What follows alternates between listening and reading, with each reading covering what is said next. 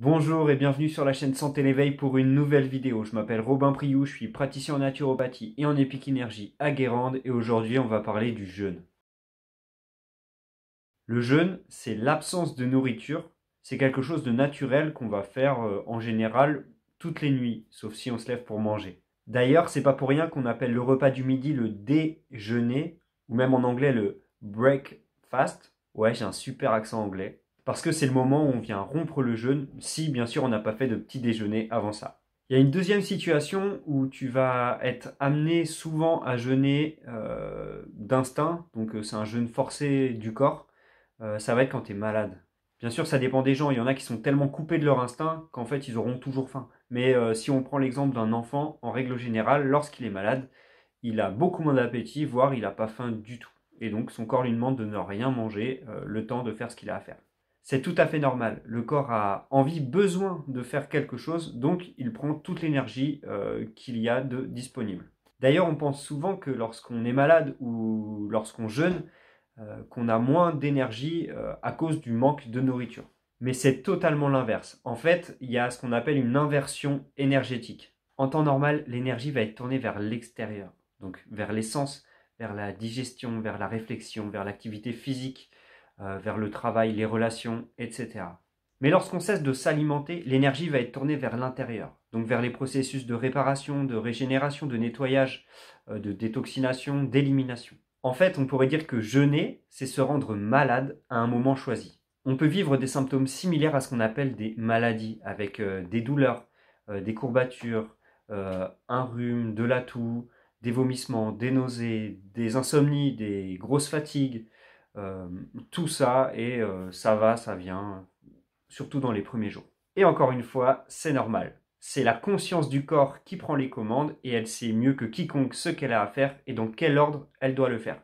En naturopathie, la maladie, c'est ce qu'on appelle très souvent une crise curative ou une crise de guérison, une crise d'élimination. C'est-à-dire que le corps a récupéré de l'énergie ou alors il a une petite fenêtre pour pouvoir évacuer beaucoup de toxines d'un coup et donc il le fait. Bien sûr, si tu as une hygiène de vie plutôt correcte et que tu te lances dans le jeûne avec des précautions à ton rythme et étape par étape, comme ce que je vais t'expliquer dans la prochaine vidéo, il n'y aura pas de gros problèmes, quoi. S'accorder des périodes de repos digestif en jeûnant, ça va être intéressant parce qu'en général, on mange beaucoup, voire trop, et en plus, on mange des aliments complexes, transformés et très peu digestes. Quand tu jeûnes de manière adaptée, le corps va tendre vers l'équilibre. C'est-à-dire qu'il va mettre en place des processus qui vont aller vers la réparation, la régénération, la détoxination. Il va y avoir une reconstruction du tube digestif, par exemple. Il peut y avoir un rééquilibrage au niveau de la flore intestinale. Le foie va pouvoir nettoyer un petit peu plus de sang que d'habitude, etc. D'ailleurs, le jeûne est utilisé depuis des siècles, même depuis des millénaires, pour soigner certains maux du quotidien. Après, il ne faut pas se voiler la face, c'est pas magique, ça ne marche pas avec tout, mais on peut avoir de très bons résultats et dans tous les cas, ça va toujours augmenter nos niveaux de santé si c'est fait correctement. Il existe différents modèles de jeûne. Donc, il y a le jeûne court, dit de renforcement, qui dure entre 1 et 3 jours à peu près. Ensuite, il y a le jeûne long, dit thérapeutique, qui va durer plus de 3-4 jours et qui peut aller jusqu'à 3 semaines, 1 mois, enfin ça dépend de tes réserves et surtout de si tu es accompagné, car quand tu te lances dans un long jeûne comme ça, vaut mieux être accompagné par quelqu'un qui s'y connaît. Et enfin, le jeûne le plus courant, ça va être le jeûne intermittent, c'est-à-dire que tu vas jeûner pendant une certaine période tous les jours. En général, on prend à peu près 16 heures. Enfin, le jeûne intermittent classique, ça va être, on mange par tranche de 8 heures, donc c'est-à-dire qu'on mange de midi à 8 heures le soir, et on mange à peu près tout ce qu'on veut, et surtout, il faut avoir le même apport calorique que si tu faisais 3 vrais repas dans la journée en fait.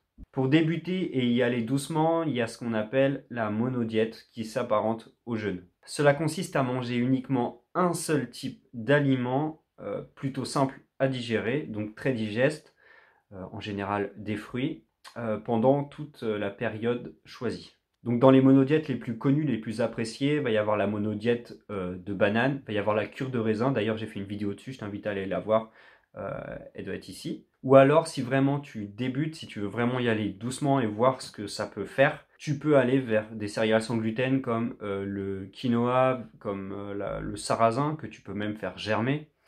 Peut y avoir aussi la pomme de terre ou la patate douce. Et d'ailleurs, c'est des cures qui peuvent être conseillées pour les gens frileux en hiver. C'est le fait d'amener uniquement une information au corps qui va lui permettre d'économiser de l'énergie. C'est comme si à chaque fois que tu mangeais, tu devais remplir des formulaires. Si à chaque fois tu dois remplir 10 ou 20 formulaires différents, ça va te prendre beaucoup plus de temps que si tu dois remplir 20 formulaires qui sont identiques parce que tu peux les faire à la chaîne. Et bien c'est la même chose quand tu fais une monodiète. Voilà, c'était une vidéo d'introduction au jeûne.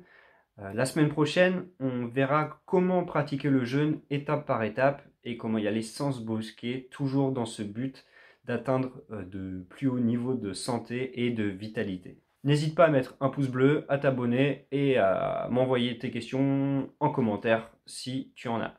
En attendant, je te souhaite une belle continuation, une belle vie pleine d'amour, de confiance et de paix et je te dis à bientôt.